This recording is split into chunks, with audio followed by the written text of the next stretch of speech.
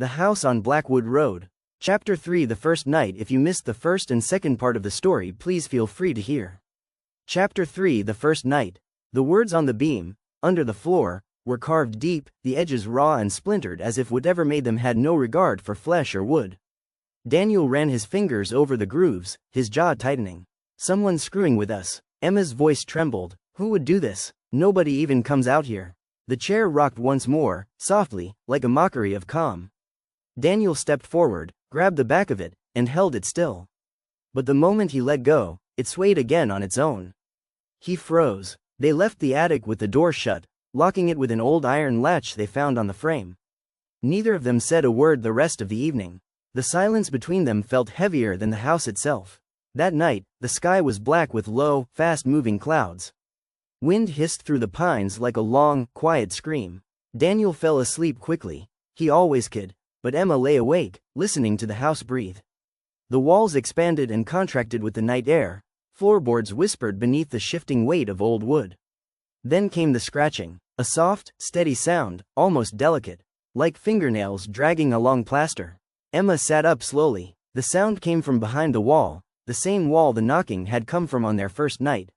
She held her breath. The scratching stopped. Then came a whisper. Not words. Just the sound of someone's mouth moving against the wall. Wet. Close. Too close. Daniel, she whispered, shaking him. He stirred, blinking groggily. What is it? Listen. They both sat in silence. For a moment, there was nothing. Then, faintly, a child's giggle floated through the room, soft, quick, and wrong. Daniel exhaled shakily. It's the wind. No, Dan, that wasn't the wind. At exactly 3:12 a.m., Milo began to growl. Not the playful growl Emma had heard 100 times, but a deep, primal sound from his chest. His fur bristled along his spine. His eyes locked on the bedroom door. Daniel swung his legs off the bed, grabbed the flashlight from the nightstand, and crept toward the door. Stay here, he muttered. Emma didn't stay. She followed, heart hammering against her ribs. The hallway was dark except for the weak light of Daniel's flashlight. Dust hung in the air like ash. And then they heard it, downstairs. A thud, followed by another, then the faint creak of something moving across the floor. They descended slowly, each step protesting beneath their weight. At the bottom of the stairs, the living room yawned open like a mouth. The front door was still locked, but in the center of the room, their unpacked boxes had been pushed aside. A trail of small, muddy footprints led from the basement door to the foot of the stairs. Child-sized. Bear. Daniel whispered, someone broke in. Emma shook her head. The door's locked. The footprints ended at the bottom of the stairs. There were none going back. Daniel grabbed a kitchen knife from the counter and yanked open the basement door. A wave of cold air spilled out, thicker than before. It smelled stronger now, wet dirt, iron, rot. Stay behind me, he whispered. They crept down the wooden steps together. The bulb overhead flickered, buzzing weakly. The concrete floor of the basement was slick with moisture, dark patches spreading like stains. At first, there was nothing. Just silence and the sound of their own breathing. Then Emma's eyes caught something along the far wall. A section of bricks was missing, a perfect rectangle, about 3 feet high. And beyond it, darkness. A black cavity like a mouth. Daniel swung the flashlight toward it, but the beam seemed to die in the opening, as if the dark inside swallowed the light. Emma whispered, Dan, what is that?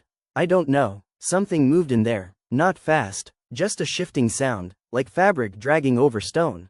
Then came the laugh, that same high-pitched giggle, echoing from the hole in the wall. Daniel stepped back. We're leaving, right now. They barricaded the basement door with a heavy dresser. Milo wouldn't stop pacing, growling at the crack beneath the door. Emma sat on the couch, hands wrapped around her knees. Daniel stood at the window, breathing hard, staring out at the black tree line. This house isn't normal, she whispered. He turned toward her. His face was pale but stubborn. It's just some old passage. Maybe squatters. Squatters that giggled? Daniel didn't answer. The house went quiet again. A silence so thick it pressed against their eardrums. Outside, the wind died completely.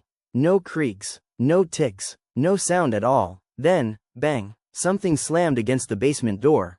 Milo barked frantically. The dresser trembled. Another slam, louder. Daniel grabbed the nearest thing, a heavy lamp, and stood in front of the door. The third slam came like a hammer strike, shaking the frame. Then, silence again. They didn't sleep for the rest of the night. When dawn finally cracked over the horizon, the first thing Daniel did was pull the dresser away. The basement door was intact, no dents, no scratches. No sign of anything at all. I must have dreamed it, he muttered. You didn't dream the footprints, Emma snapped. Her hands were still shaking when she went into the kitchen. As she poured coffee, she noticed something new on the floor near the back door. A single toy block. The kind from the attic. The faded letter E painted on one side. Neither of them had brought it down. Later that day, Daniel left for town to pick up tools and locks. Emma stayed behind, convincing herself she'd just keep busy. But every room in the house felt like it was watching. The hallway upstairs was especially cold. Milo refused to go near the attic door. She wandered through the house with her phone, filming as she went. She wasn't sure why, maybe to prove to herself later that nothing had happened. The house was quiet, until she passed the fireplace in the living room. The stones around the base were uneven, and one brick near the bottom stuck out more than the others. On impulse, she pulled at it. It slid loose with surprising ease. Behind the brick, wrapped in layers of brittle fabric, was a journal. The leather cover was cracked, stained with age. Inside, the handwriting was elegant at first, looping with the confidence of someone who still believed in good things. The first entry was dated January 4, 1978. We've moved into the clay house. It's perfect. Daniel says the rent is too good to be true. Maybe it is, but the air feels clean here, and the view is beautiful. The children love the attic. Emma flipped ahead. March 12, 1978. The house is changing. At night, we hear them. Small feet, laughing. Sometimes they call our names. The children speak to the walls now. I hear whispers through the vents. John says it's the wind, but it isn't. Further down, the handwriting began to shake. Ink smudged. Words crowded together as if written in panic. The floorboards move at night. There are spaces beneath them. I saw a hand reach out. A small hand. It grabbed Anna's ankle. She laughs about it, but she doesn't sleep anymore. Something lives under the floor. They want us to join them. The last entry wasn't dated. It was just one frantic line, carved into the paper with something sharp. It doesn't let anyone leave. Emma's skin crawled. She shut the journal and pressed it against her chest as if that could make the words less real. The basement door creaked softly behind her. She turned slowly. The door, which they'd locked earlier, was standing open an inch. The draft that poured through was colder than before. Milo barked once, sharp and desperate. The giggle came again, not from the basement this time.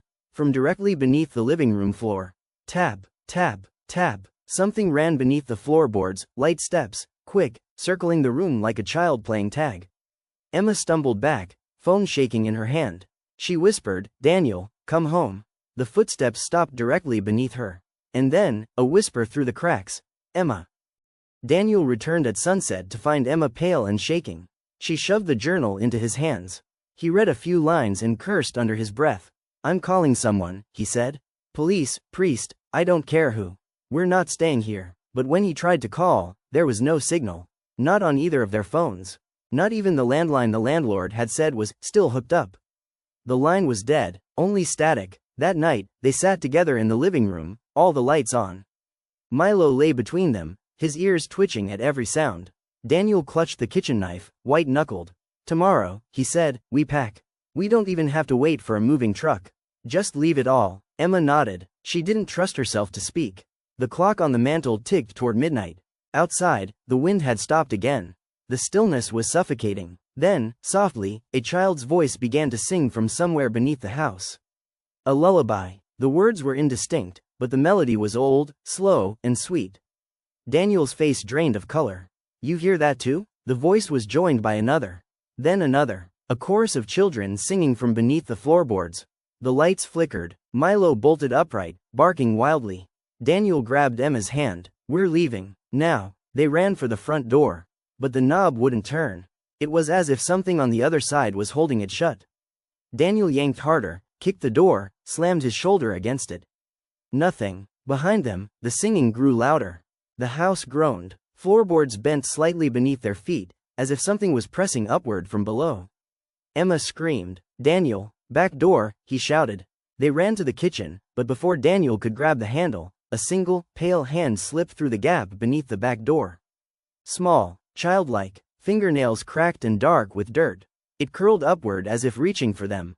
Daniel stumbled back, pulling Emma with him. The hand retreated, and the door creaked shut on its own. The singing stopped, silence returned, thick as fog. The clock struck 3:12 a.m. The house exhaled. Emma clung to Daniel, whispering, "We have to get out.